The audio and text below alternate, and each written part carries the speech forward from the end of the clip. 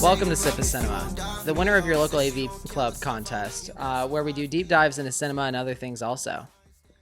I'm Andres. And I'm Alex. And today we're going to be diving into what I think is I think it's the question that's been plaguing all of our minds. Ooh. Do you want to guess what that I might be? got a lot of plagues in my mind. Yeah. So I assigned you some movies to watch. Mm-hmm. Did you watch them? I did watch both of the assignments. Yeah. What was the theme that you maybe picked up on? I don't know. I figured it might have just been like stoner movies. Oh, just to preface this, the two movies I was assigned, they were Fast Times at Ridgemont High and Ted, the live-action Family Guy episode. Yeah, both top tier movies. Yeah. We have some opinions. Yeah, so the question that we're going to be answering today is going to be stated right after we talk about the drinks that we're sipping on. Hey, today we're going to be making a lemon haze. Now, if you haven't heard of that, it's okay. Neither have I. I just made it up. So what you're going to want to do is get yourself a tall glass of ice, and you're going to put 1 ounce of gin. I'm going to be using Aviation Gin. Shout out Ryan Reynolds today. You're going to go ahead and take some lemonade and pour it to about the halfway mark. Don't go too crazy. This is a family drink. All right, so we got that. Next, I'm going to take this. Now, this is a CBD and Delta 8 extract that is lemon and lavender, and it looks like a lot of fun. I've never used it before, and so there's going to be some play with this, and one of them is definitely stronger than the other. That's okay, too. And next, we top it with a little bit of soda water just to keep it fun, keep it bubbly, and give it a little stir. Beautiful. Doesn't that look nice? Tipsy bartender wishes he had it like this. Cheers. Wow, such artistic vision, Alex. Thank you. I made that from scratch, if you can believe it. Getting back to the topic at hand, today we're going to be answering the question that's been plaguing a generation. Did legal weed kill stoner movies? Oh, wow. Yeah. That's a good concept. Yeah. I thought it would be a good one because I don't see a lot of people talking about it, but I did see a couple Reddit threads. So clearly everybody's been thinking about it. What I think is interesting is that, I want to talk a little bit here in a second about what you consider to be a stoner movie versus just typically a comedy. I have a couple other questions lined up for you. But first I want to just note that I did see your 1-star review for Ted. You can't just make a live action episode of Family Guy and call it a movie. Yeah, no, I agree. I do think Fuck You Thunder didn't age that great. But you may be interested to know that the first year that weed was legalized in Colorado and Washington was 2012.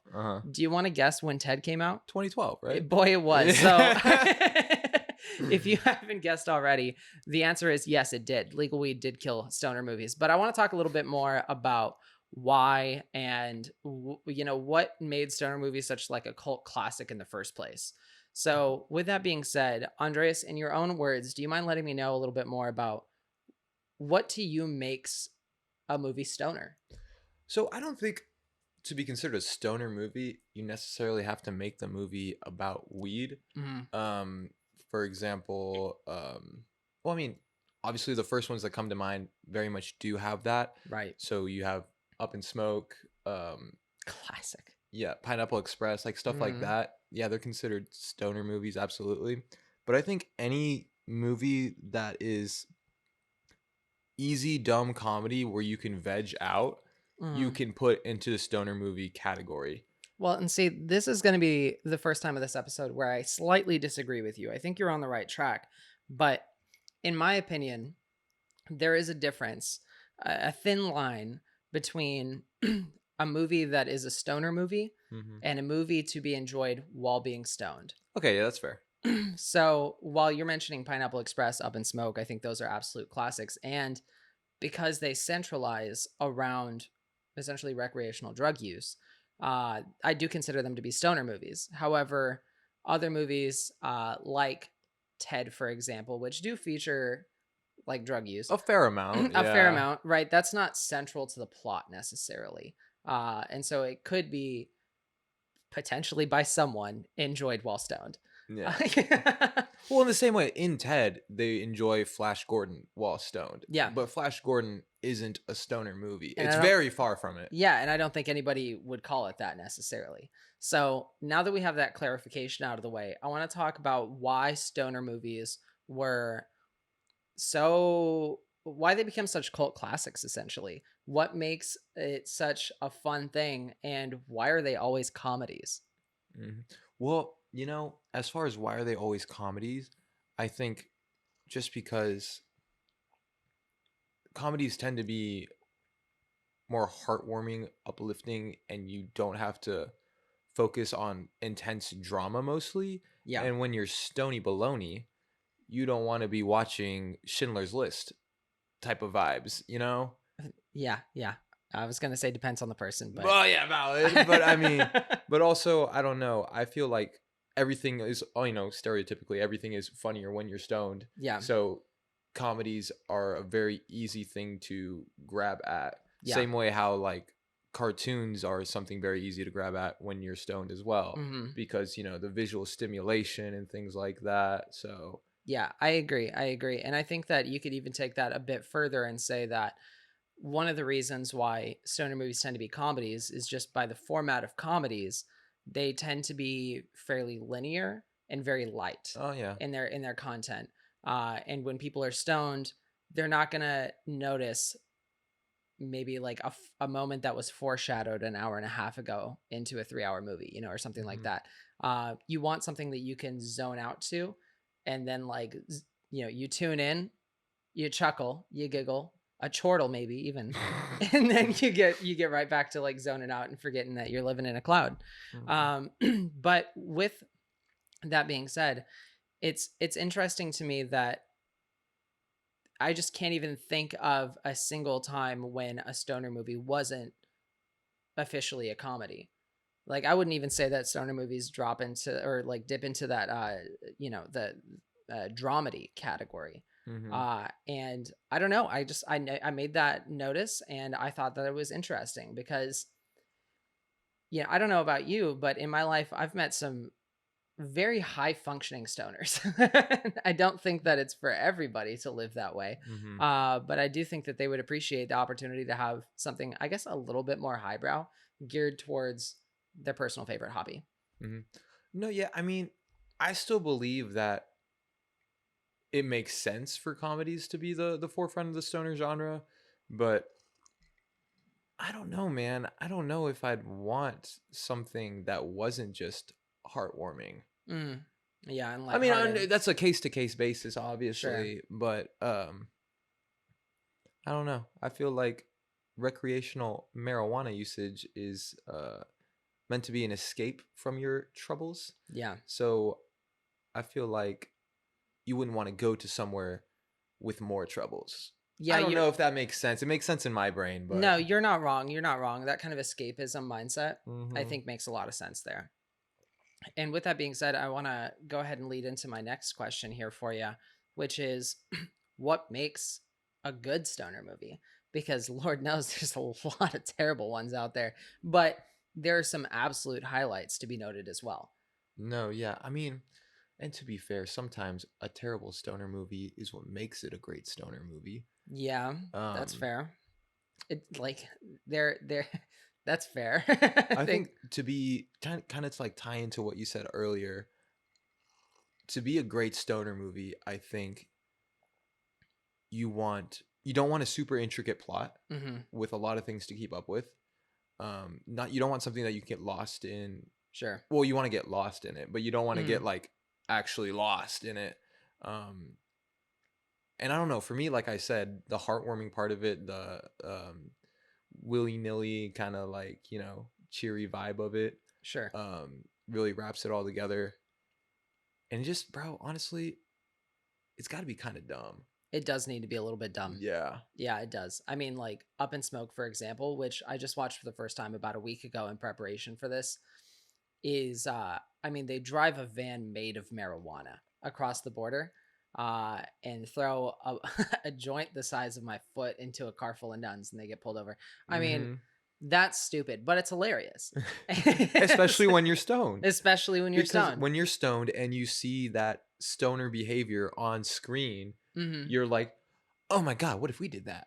Yeah, You know? absolutely. Absolutely. I think that the comedy needs to be on par. It needs to be a little bit dumb. I agree with that because it just makes all of us giggle. But there also needs to be a level of authenticity to it, Mhm. such that you can tell that the people who made this movie have smoked weed on more than one Yeah. occasion. Yeah. Yeah. Absolutely. Because there's nothing worse than seeing corporate straight edge suits. Not to say that any corporate suits are straight edge, but Yeah, that's fair. but Review episode 1. exactly.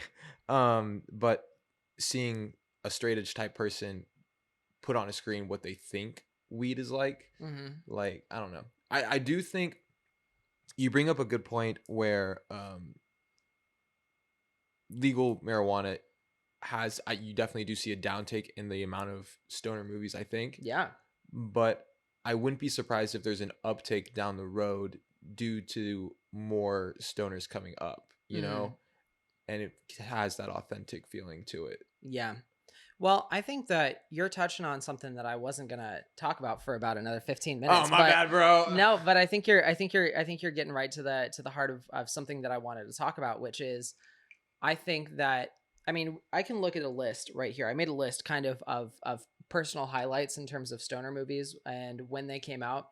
And before you saw before 2012 when you see Ted and like Weed came out, right? And like that was clearly the beginning of the Mhm. end.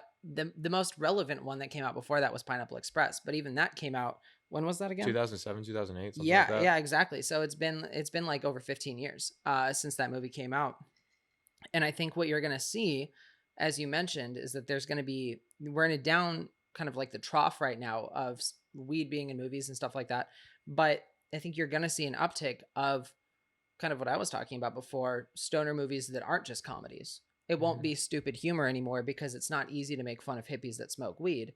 It's going to be people that are smoking while they're having a conversation in a movie and they have like an emotional breakdown, and this is their escapism, essentially replacing what typically would have been a glass of scotch, a glass of wine, with a joint, people sitting outside and smoking that. Or people talking more and more about taking that escapism into extremes and using it as a form of essentially substituting it with addiction. And it's not my place to say whether or not a person can physically become addicted to weed. But I know that a person who seeks a certain amount of dopamine can get addicted to anything. And I think we're going to see a rise of that in movies as well, where people are talking about someone who it's no longer going to be the comedy making fun of the person who's a lazy bum that smokes weed all day. It's going to be a much more serious take on Mhm. that. And I don't know. I don't know how to feel about that direction being taken. What are your thoughts? I mean, yeah, kind of like what you said. Not only are we gonna see the evolution of the genre, but also the evolution of the stoner character itself. Mm, They're no longer just gonna be kind of like this gimmicky, comic relief type of dude where he's just like, oh, he's a mess. He's stoned all the time. He never does anything. What is he doing with his life? But we're gonna see more complex characters with different levels to them instead of just yeah. gags. Um, it's just gonna be a more relatable character for people to write. And I mean, let's be honest. Pretty much almost every writer has probably smoked weed before, but Yeah. it's gonna be something that's less taboo to write about. It's gonna be more accepted, and just like you said, instead of a glass of wine, Yeah. you'll see a doobie in their hand. Yeah. No, I 100% agree. I can't wait to see the highbrow Shaggy joining the Scooby Doo. Mm-hmm. Like let's really expand on that character. I want to see where Mm-hmm. that goes. Mm-hmm. Hopefully somewhere dark. Yeah. I think that would be crazy. But I do think that it'll be interesting. And I don't personally know how to feel about that kind of evolution because I so adore things like, for instance, a good old fashioned Harold and Kumar or a Cheech Mm-hmm. and Chong, Mm-hmm. or even I think you could make the case that you could qualify to a certain extent, movies like The Big Lebowski into the stoner movie Oh, category. 100%. Yeah. And even then, Big Lebowski is more complex than those other movies. Yeah. But it does have all the stoner movie aspects. It has the Mm-hmm. stoner humor. Like I said earlier, with animation, with the visual, Yeah. stimulation of it, there's that one sequence where he's like flying and whatnot. Mm-hmm. So it has the aspects of stoner movies, but it has so much more to it as well. Agreed.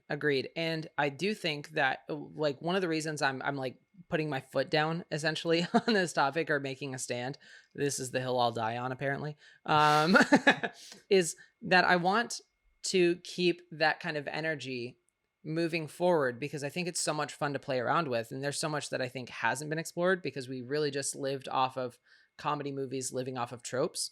Mhm. And we have new technology. So imagine taking what was used to make those trippy visuals and I know that weed isn't necessarily what does this to you, but just for example, what was done for something like A Fear and Loathing in Las Vegas, the way that they had things moving around in the textures and the walls and stuff like that, compared to which was a fantastic portrayal. But you also have what I thought was an even more subtle and kind of intricate portrayal of that trippy nature of things in Midsommar. And I Mhm. would love to see that further explored because we have newer technology and new ways to explore a visual representation of what people who are on any type of substance experience. And I want to see that portrayed. I want to see it portrayed, quite frankly, in a more serious way because I think that that's worth exploring. But I also want my stupid stoner movies too. And like, Mhm. why can't we marry the two? Mhm. I don't think it's a matter of that we can't marry the two.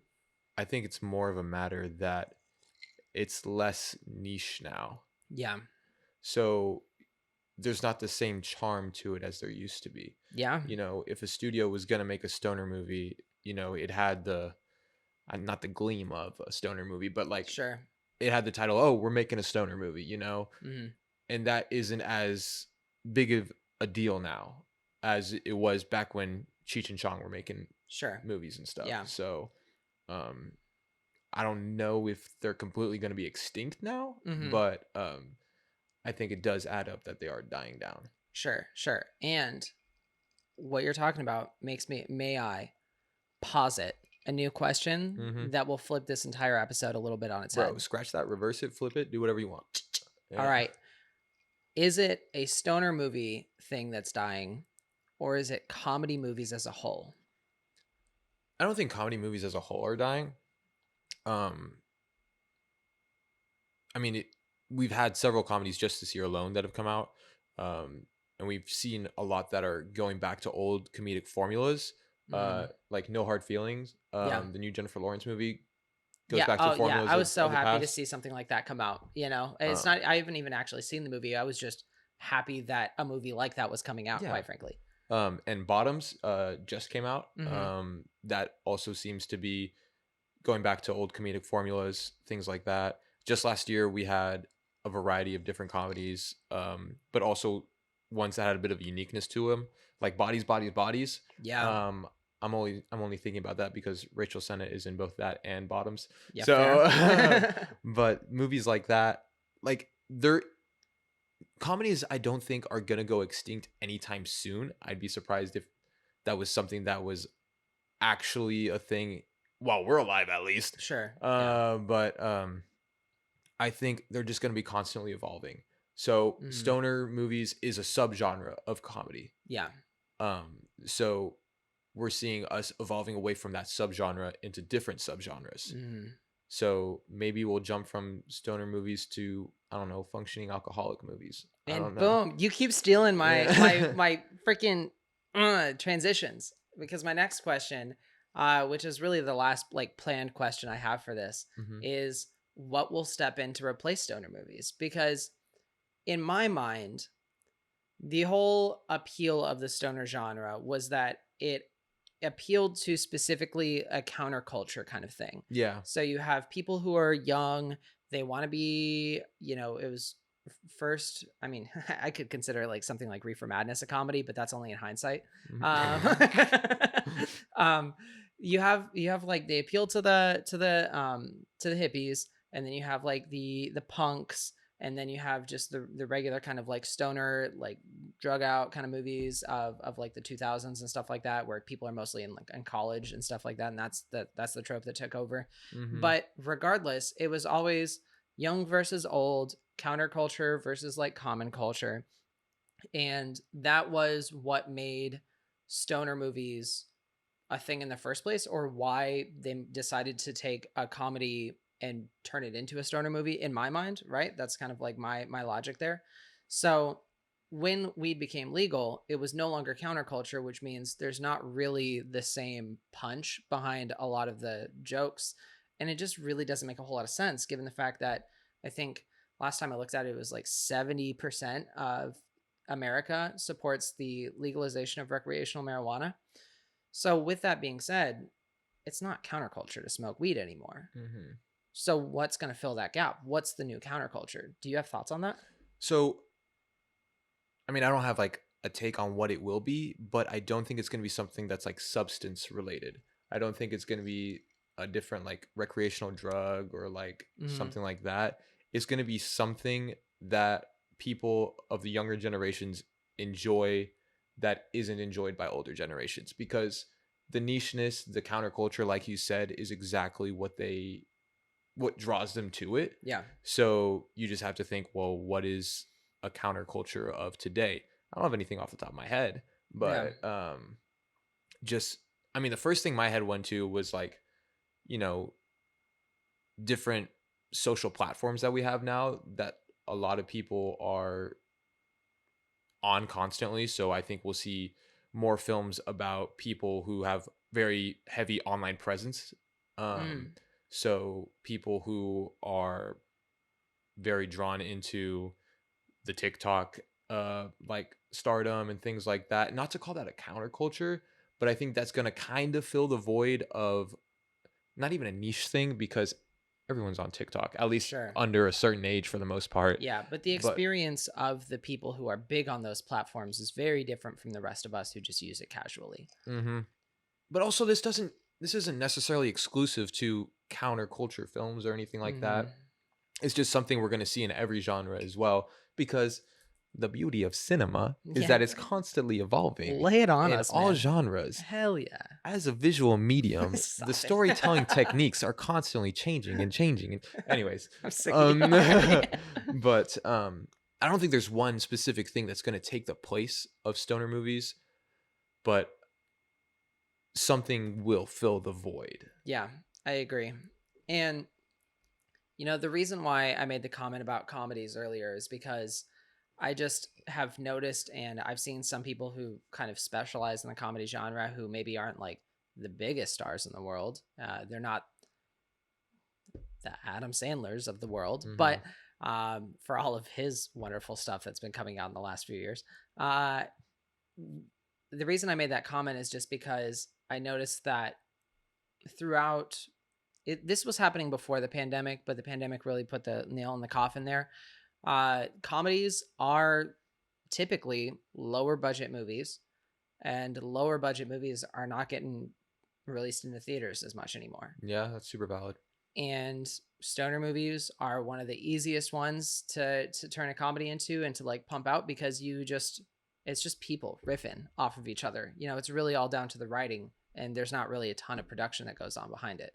So what I worry about with the death of stoner movies, and at larger for this entire topic, is just lower production movies, or sorry, lower budget movies aren't getting produced as much anymore. And I would like to see that come back, because I think that's where a lot of the cult classics come from. You don't get a lot of cult classics. It's not a cult classic if it's a giant blockbuster movie. Hmm. That's just a classic. A Hmm. cult classic comes from an underground thing that has like this weirdly obsessed crew of people that just go die hard over this specific type of movie. Um, and I don't know what that's going to be. I don't know what that's going to be moving forward. And I hope we don't forget to make space for that. Alex, I am so glad you brought up the absence of low budget films. Yeah, thank you. I have been very adamant about how big of a problem this is for a long time. With the as like people like to say, the Marvelification. People don't say that, but I was gonna say I've heard Pixarification, but I've never heard Marvelification. well, hand in hand. Same company. Same company, bro. Same bad guy. Yeah. Where all these giant blockbusters that are constantly being pumped up as fast food cinema. Yeah. They take up all the real estate in theaters and everything like that. It didn't leave space for the low budget films. But thankfully, we've seen in the last year specifically a huge uptake in this, where those kinds of movies just aren't pulling in the same kind of money. Right. Because it's been the same thing for how long? I mean, Iron Man came out in 2008. That was the first MCU movie. Yeah, so 15 years. Yeah. But really blew up with the Avengers in like 2012 or whenever that was. So more than a decade. Yeah. We've been dealing with this. But with the lower grossing numbers that these movies have been making this year specifically, especially with DC movies, I mean, The Flash was a huge flop. Blue Beetle is not pulling anything in right now, really. Wait, I thought The Flash was supposed to be bad. Oh yeah, because they made it look bad on purpose because it's supposed to. Yeah, right. Yeah, it's supposed to be that way. Actually, I've heard.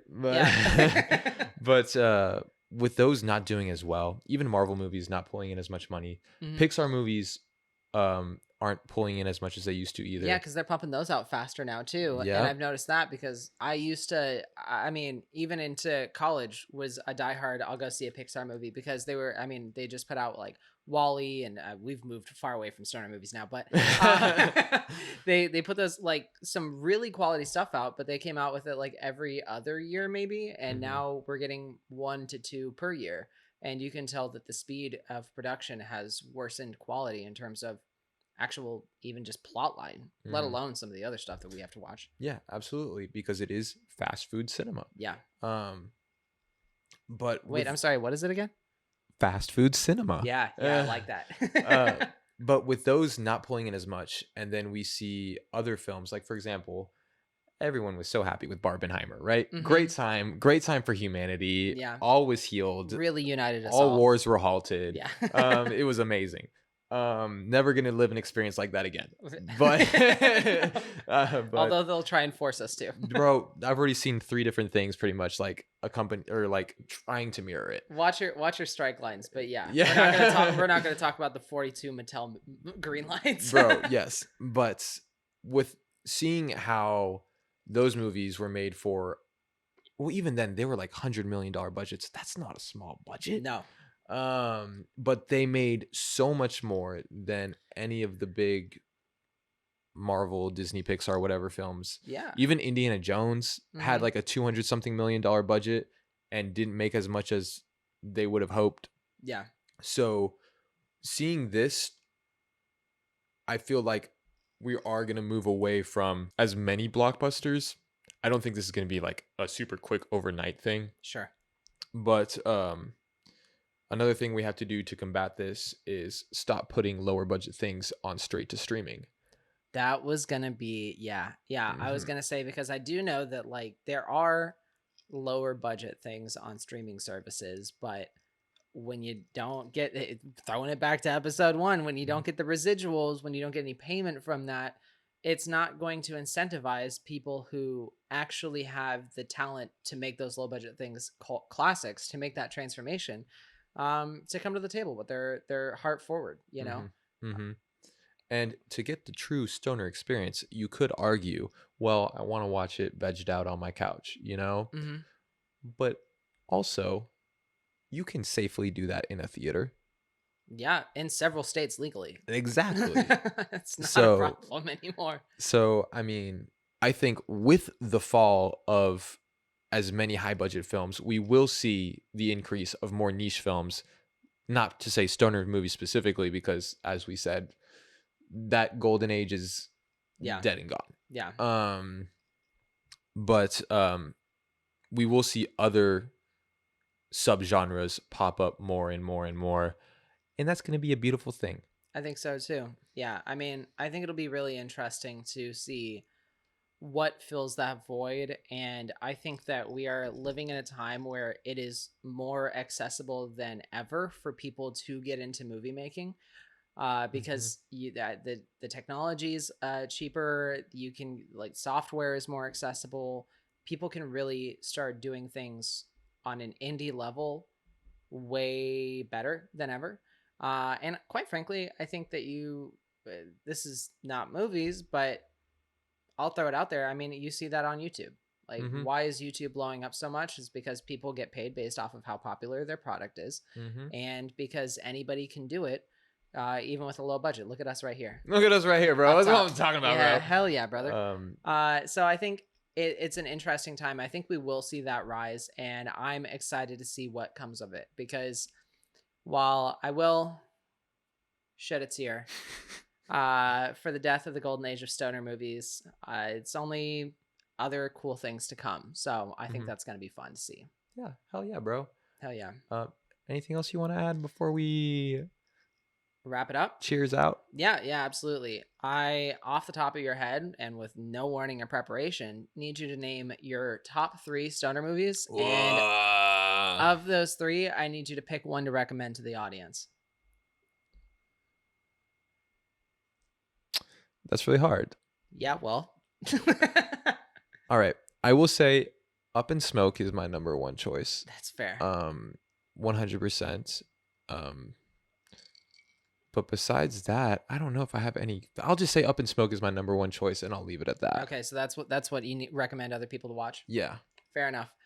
I'm going to go with, I mean, there's so many classics in this category that it's really, really hard to nail down. However, I would be beside myself if I did not say Super Troopers.